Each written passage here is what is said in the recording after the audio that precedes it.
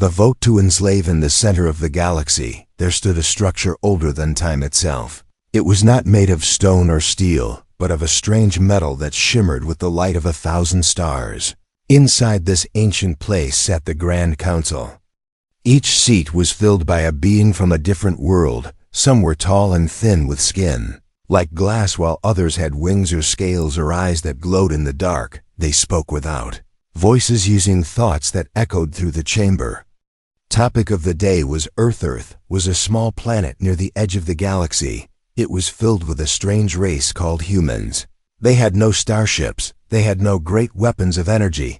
They had no real place in galactic politics, but they had fire in their blood and dreams in their hearts, and that made them dangerous. The Speaker of the Council was a tall being with golden armor and 6 arms. He raised his hand and sent a thought to all. The humans are spreading fast across their planet. They build machines, they create weapons, and they fight each other with no care for life. If left alone, they may become a threat in time. It is better to enslave them now before they grow too strong. Whispers of agreement filled the minds of the council. Members, one by one, they cast their vote: yes to enslave, yes to conquer, yes to break the humans before they become a storm. Only a few spoke against the vote. They warned that humans are not like other species. They are stubborn, they are clever, they never stop fighting. But their voices were small, and the vote passed with ease. The order was sent: the fleet would move toward Earth. Thousands of ships would fall upon the blue planet. They would take control of the land, the water, the sky. They would capture the leaders and chain the people. The humans would work in mines on distant worlds or serve in alien cities as silent helpers. Message reached Earth in the form of a glowing sphere. It hovered above the United Nations building where the facultative leaders of the world had gathered. A voice came from the sphere in a language all could understand. We have watched your world and judged it unfit to rule itself. Your people are violent and foolish. You will now serve the greater peace of the galaxy. Surrender and you will be treated with kindness. Resist and you will be crushed. The room went silent. No one moved. No one spoke. Then a man in a simple suit stood up. He walked to the front and looked at the sphere. He did not call for surrender. He did not beg for mercy. He only spoke 2 words: try it. The sphere flickered, then vanished into the air. The alien council received the response and laughed. They believed Earth had no chance. They believed humans were nothing more than insects. The ships began their journey. They moved like shadows across the stars. Each vessel was filled with soldiers of different species trained in the art of control and fear. They had machines that could crush a city in seconds.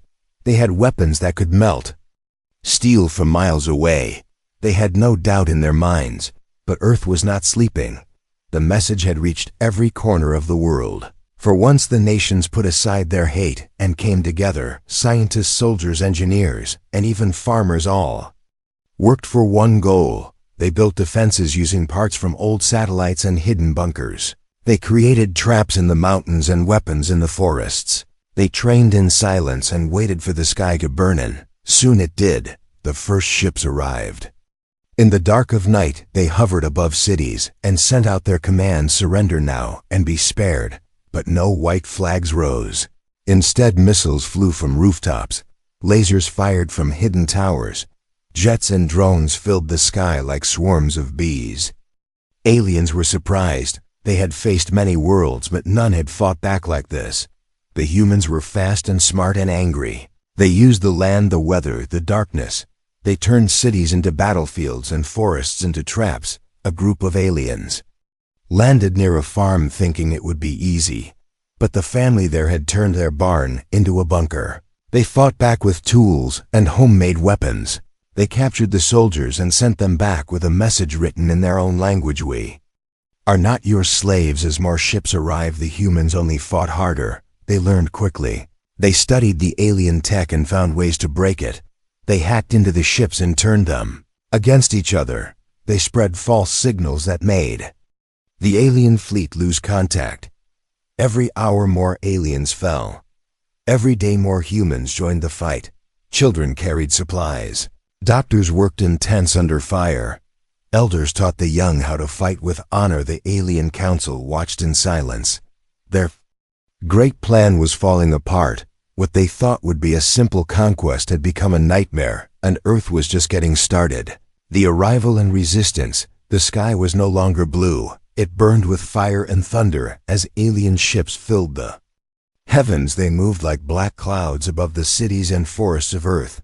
People looked up and saw machines that defied all rules of nature. Floating towers of steel moved without sound, while glowing lines circled their bodies like fire trapped in glass. The people did not run. They did not hide. They remembered the warning, and they remembered the promise. Try it. That was what Earth had said. Now the response had come, and Earth stood ready. The first alien ship landed near a wide desert. Its landing legs crushed the dry ground, and dust rose in a thick wave. A ramp opened, and soldiers marched out. They wore armor made from unknown metals.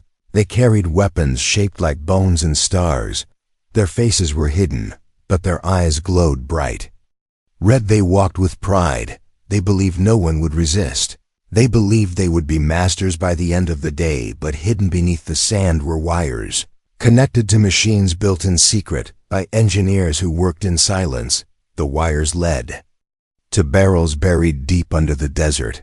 As the soldiers marched forward, a signal was sent from a bunker miles away. The sand rose like a beast waking from a long sleep.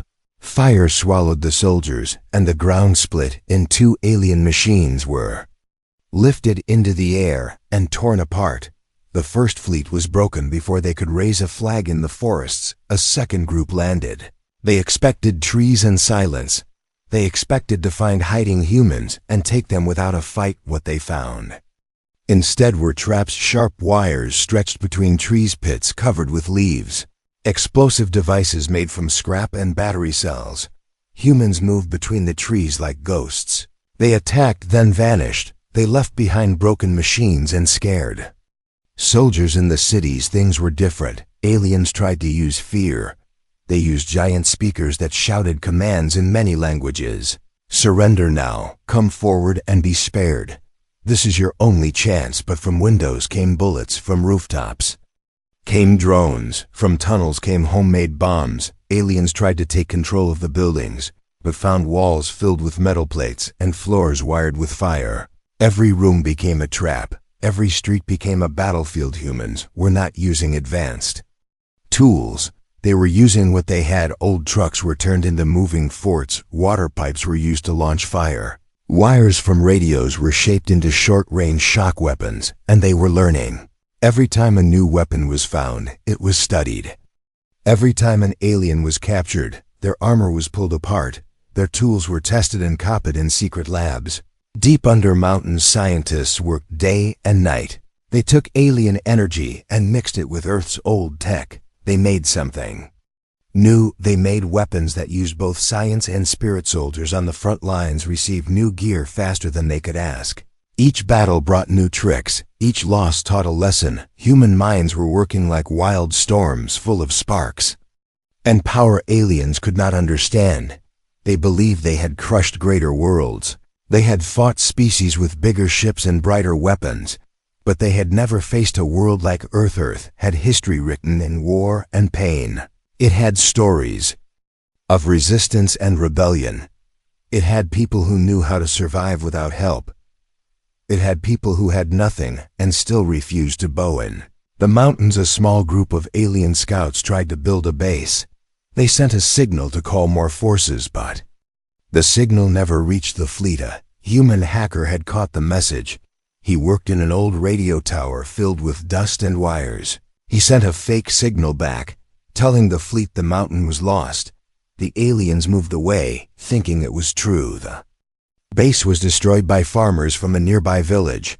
They used rocks and ropes and oil. They lit fires and rolled barrels down the slopes.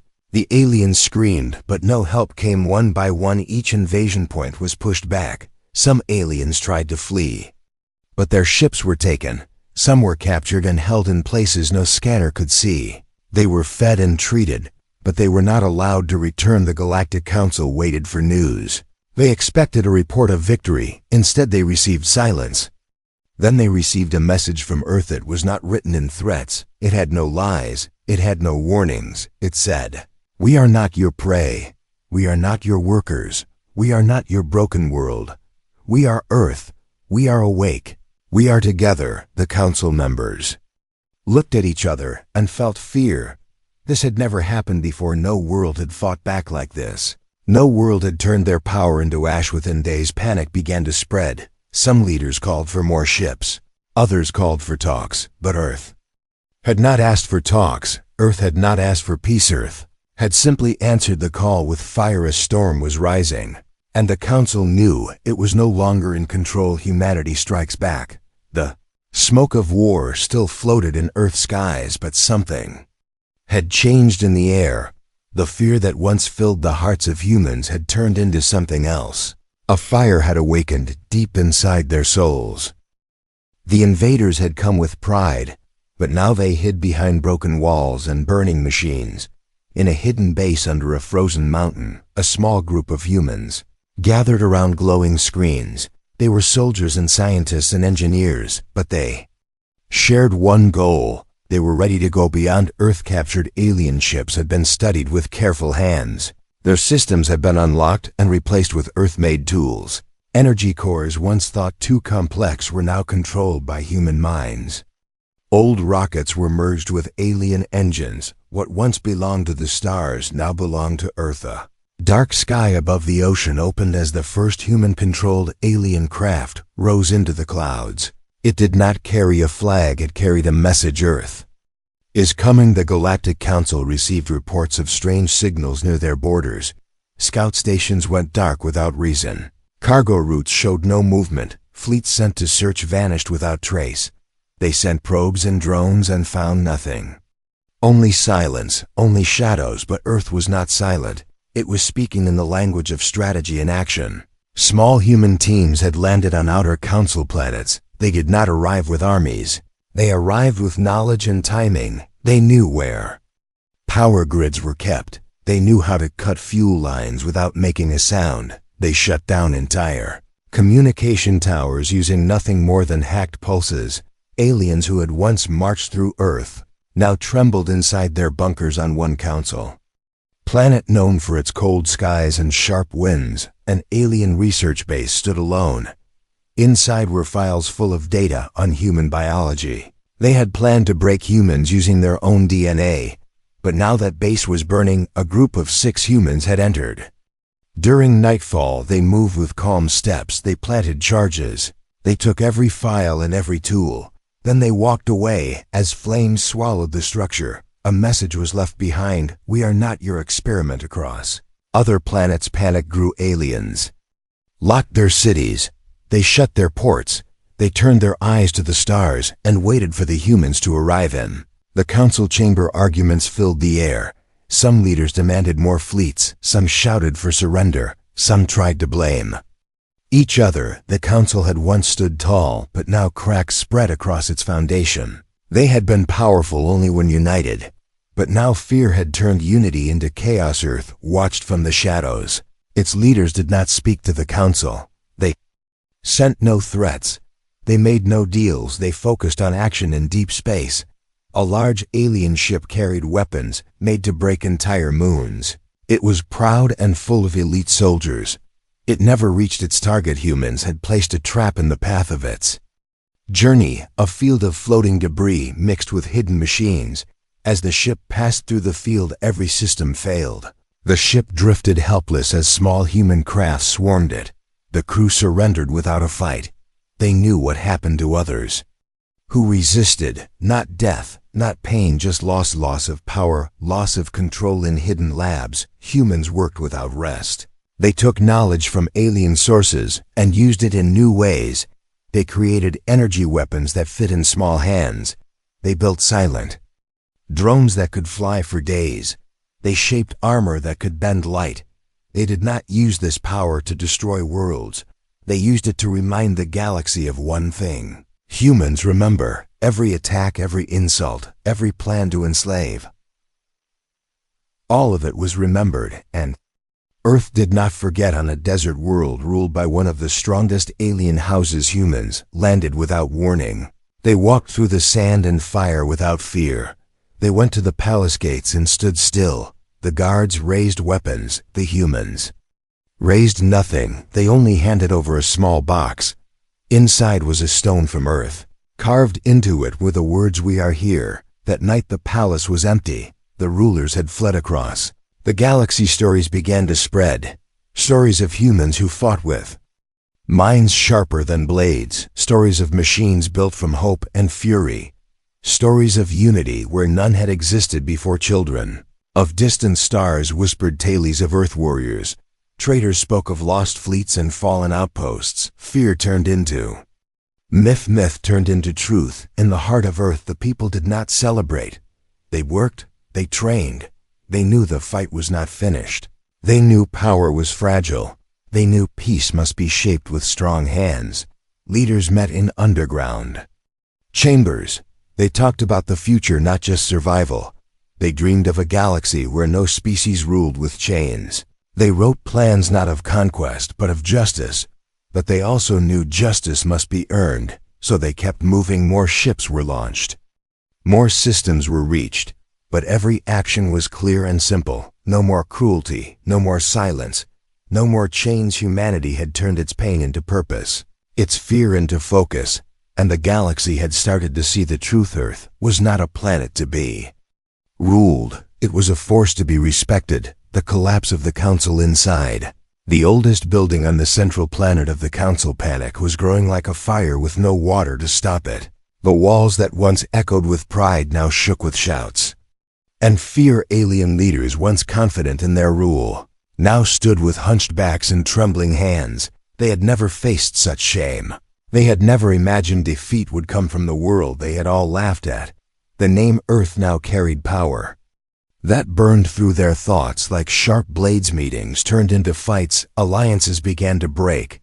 Some accused others of hiding information. Some claimed they had warned against attacking Earth. Voices grew louder, but no one could answer the real question: what do we do now? One by one reports came in. Human ships spotted near Council trade routes, energy stations lost in the outer zones, training centers abandoned without orders, alien soldiers refusing to return to Earth's surface. Even when commanded, nothing made sense anymore. In one of the outer colonies, a base built to control human labor had been taken over in less than 2 hours. The aliens had locked their gates and set their weapons. They had the high ground and full command of defense systems. Still, the humans moved like waves with timing that felt almost unnatural. They came from under the ground using tunnels dug by hand and machines built in silence. By the time the aliens understood what was happening, they were already surrounded. They surrendered without firing. They handed over their codes and stood with empty hands. The humans took control and released all prisoners without punishment. They sent the captured soldiers back with a message carved into the wall behind them: "We do not become what we fight." The message reached the Council chamber through official channels. No threats, no demands, just words. The silence that followed was louder than any scream. Some species within the Council decided to leave. They broke their long ties and flew away from the central world. They believed the Council had lost its reason and had pulled them into a storm they could not escape. They had seen the strength of Earth. They had tasted the fear in their own people. They did not want revenge. They wanted distance. Meanwhile, on Earth, the people worked as one. They built cities that floated above oceans. They repaired forests damaged by war. They trained their children not for hate, but for memory. They reminded them of what had been done. They reminded them why unity was their greatest strength. They never forgot the fire that had almost swallowed them, but they no longer lived under its smoke. In deep space, human fleets began to form, not for attack, not for show, but to protect the weak, to guard those who had no voice, to prevent what had happened to Earth from happening to another world. One such fleet moved toward a small moon, where slaves were still being held. The Council had forgotten about this place. No signals had been sent in months. The guards believed they were safe from notice. The human ships did not fire. They hovered above the moon and opened a channel. You have 1 hour, leave now, or face the same silence you gave to others. Guards laughed at first. They refused to move. But as the hour ended, the power on the moon faded. The lights went dark. The gates unlocked by force, not by explosions, but by control. The humans had already entered the system. They had taken command from a distance and turned the moon's own systems against it. No lives were lost. No buildings were broken. Only the chains were gone. This story reached the outer planets before the sun rose again. It spread like wind through dry grass. The galaxy had never seen such a war where the goal was not to conquer, but to restore. The council lost more members. Old allies turned their backs. Funds stopped flowing. Trade collapsed. Even loyal planets began to question their future. In a last attempt to hold power, the highest voices of the council sent a message to Earth. They asked for a meeting. They asked for a chance to explain. They used words full of sorrow and peace. Earth did not reject. Earth did not threaten. It agreed to speak, but on its own terms. The meeting was not held on the central world of the council. It was held on a neutral station once used for forgotten talks. The station was repaired by human hands and powered by captured alien cores. It stood as a symbol of both past failure and future hope. Alien leaders arrived with nervous hearts. They expected anger. They expected loud words and hard faces, but they saw calm eyes. They saw discipline. They saw men and women who stood without fear, but without cruelty. One human spoke for the planet. He did not smile. He did not shout. He only asked one question: why? The silence in that room lasted longer than any speech. No one answered. They knew the truth. They had voted to enslave Earth because they thought it was easy, because they thought humans were nothing, because they thought power gave them the right. The human looked at them and said this: "We do not want your throne. We do not want your chains. We want only this." Never again. He gave them a list. Close the slave colonies. Break the old laws that allowed domination. Give every species the right to speak and choose. Some protested, but most lowered their eyes. They had no fight left, only shame. The meeting ended with no cheers, no victory parade. Just agreement. The council would not rule the same way again, if it ruled at all. And as the leaders returned to their worlds, the galaxy began to change. The name Earth was no longer spoken with laughter. It was spoken with respect, not because it had crushed others, but because it had risen, because it had survived, because it had chosen a harder path. Forgiveness. At a cost. The stars above the galaxy no longer looked the same. They once blinked quietly over a space ruled by power and fear. Now they watched over silence and change. The great fleets that once moved with pride through star routes had turned into search ships helping the lost. The planets that once feared invasion now sent messages of hope. The rulers who once spoke only in commands now listened with open minds. And at the center of this shift stood Earth. The humans did not build golden thrones. They did not ask for new empires. They did not draw borders with weapons. They built schools where alien and human children sat side by side. They opened hospitals where wounds from both sides were healed. They planted trees where bombs had fallen. They turned ashes into gardens. But peace did not come freely. Forgiveness had a cost. The council that once laughed during the vote to enslave Earth was now called to face those who had suffered. In a vast chamber made of crystal and steel, a new gathering was held. It was not called the Grand Council anymore. It was called the Circle of Choice. No species held more votes than another. No voice could be silenced by power. At the front of the circle stood one human. He was not a general. He was not a politician. He was a teacher from a city that no longer had old buildings. He had lost students during the first attacks. He had dug graves with his bare hands. Now he spoke with quiet fire that touched every heart in the room. He did not use words of revenge. He did not name the ones who had pressed the vote button. He spoke of truth. He spoke of nights when children cried in broken streets. He spoke of mothers who gave their last bread to soldiers. He spoke of fathers who stood before tanks with empty hands. And he ended with one sentence: "We do not want your fear, we want your change."